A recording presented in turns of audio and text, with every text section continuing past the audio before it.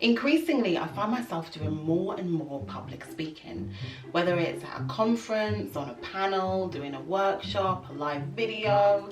More and more, public speaking has become a big part of my life and my job. I feel like I can't make change in this world if I'm depressed. It's that we've started having those conversations.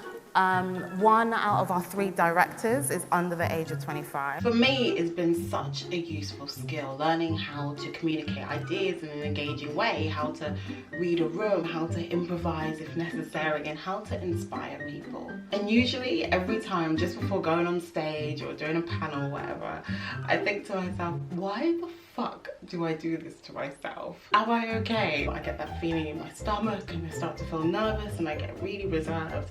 And then it's showtime and it's that kind of fight or flight moment. And you kill it, because that's what you do. That's what we do. We're bad bitches out here.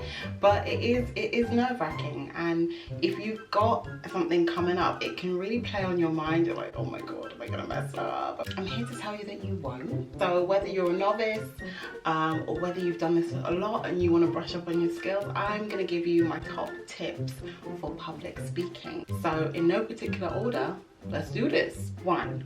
Use your nerves as your ammunition. Like I said, I get really nervous doing most things public speaking related, but I find at the times when I don't get nervous, I don't do as well of a job. Nerves are not a bad thing. Nerves tell you that your body is engaged, that the stakes are high, but you're gonna do a good job. When you get nervous, don't see it as a deterrent.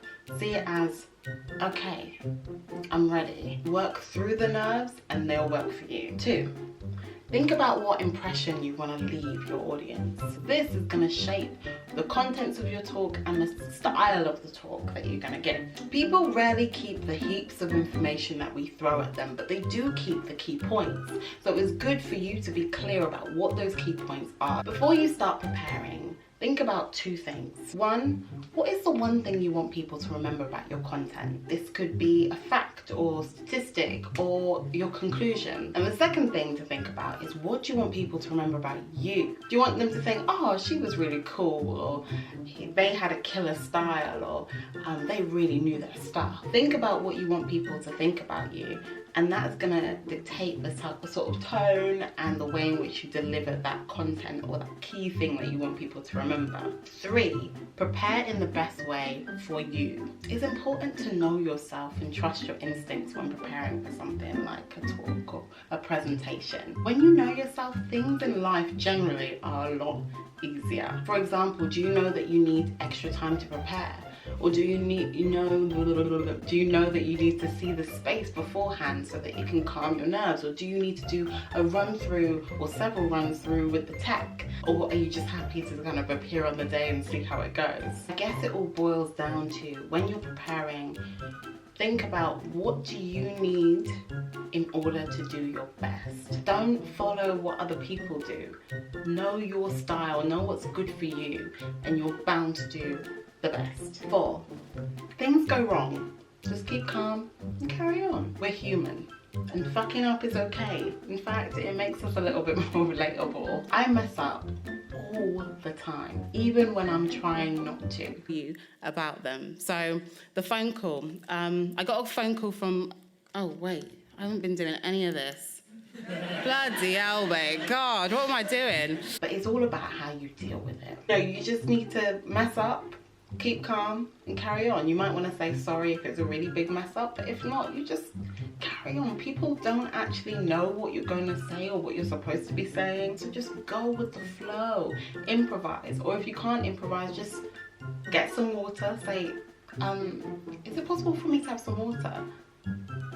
Sip that thing, because that can buy time. Sip it and carry on. Allow yourself permission to mess up, and chances are you probably won't, but it takes the pressure off and you can focus on delivering some bomb ass content. 5, See it as a conversation, not a monologue. Reframe the focus. I think it can be really daunting when we think about public speaking, because we think about it speaking for an extended amount of time and you're just kind of going off on something that you've prepared for years and months. Public speaking in all its forms is essentially a conversation with your audience, or at the very least a conversation starter with your audience. Yes, prepare, yes, rehearse, but that doesn't mean you have to be a slave to what you've written on paper.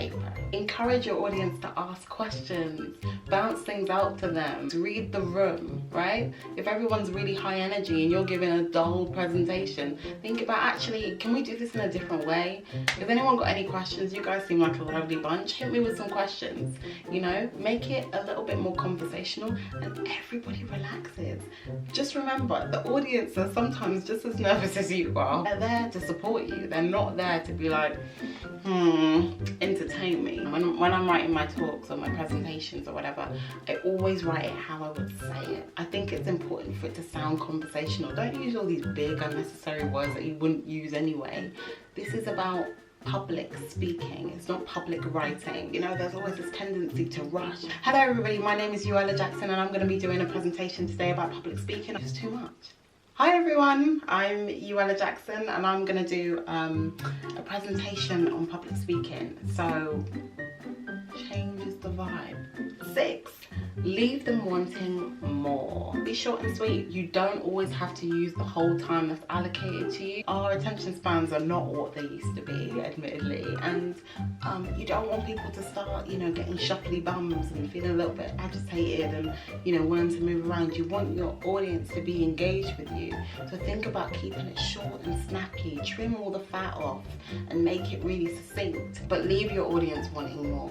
Maybe end on a cliffhanger to a story and tell everyone, you know, that if they want to find out what happens, meet them in the bar afterwards for drinks, or leave with a provocative question, or throw something back at the audience and fucking do a mic drop if you have to, even if it's like a mental mic drop. Thank you so much for watching this video. You motherfuckers made it to the end. I'm so proud of you. Whoop whoop, and gang, and gang. So go out into the world and be public speaking champs. We're all rooting for you in the cyber world. I'm Euella. I've really enjoyed playing with you today. If you want to subscribe, go ahead and click that little button, but if not, next time, innit? Right, I'm gonna go and brush up on my public speaking skills.